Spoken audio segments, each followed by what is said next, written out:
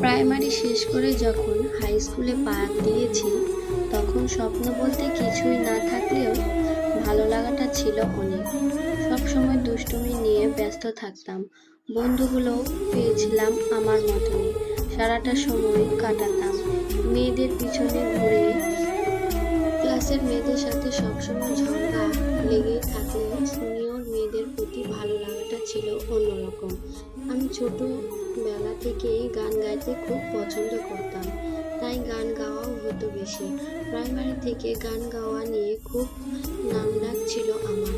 তো সেই সুবাদে একদিন হঠাৎ সবাই ধরে বসলো ক্লাসে গান গাওয়ার জন্য। আমিও সুযোগটা হাতছাড়া করলাম না। বিরহের একটা গান শুনিয়ে দিলাম সবাইকে। খুব উৎসাহ পেয়েছিলাম সেই দিন সবার থেকে, এবং ক্লাস টিচারের থেকেও। এভাবে সুখেই কাটছিল দিন। তারপর হঠাৎ একদিন একটা স্নেহর আপু ক্লাসরুমে চলে আসলো আমাকে খুঁজতে। আমি তখন পড়ছিলাম।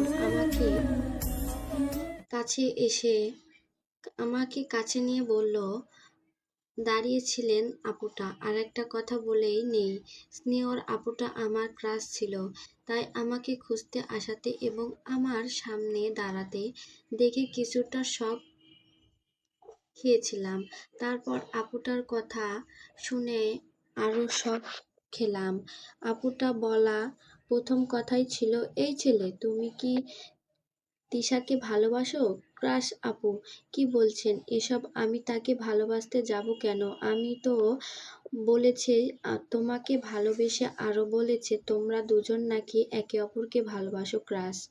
আমি আবার শক খাই। আপুটার কথা শুনে কথা বলতে পারছিলাম না। তখন তিশা আমার ক্লাসমেট, যদিও ক্লাসের ভিতরে অনবরত তাকিয়ে থাকতে দেখতাম আমার দিকে, তবুও বুঝতে পারিনি এরকম কিছু। আমার বেশরম মেয়েটা সিনিয়র আপুকে দিয়ে প্রপোজাল পাঠিয়েছে, সেটাও আবার ক্রাশকে দিয়ে। সেই দিন ক্রাশকে শুধু বলেছিলাম, আমি তোমাকে ভালোবাসি না এবং বাঁচতেও পারবো না, আপনি তখন বের হয়ে যান। ক্রাশের চোখে তখন সে কি রাগ দেখার মতো ছিল মুখটা।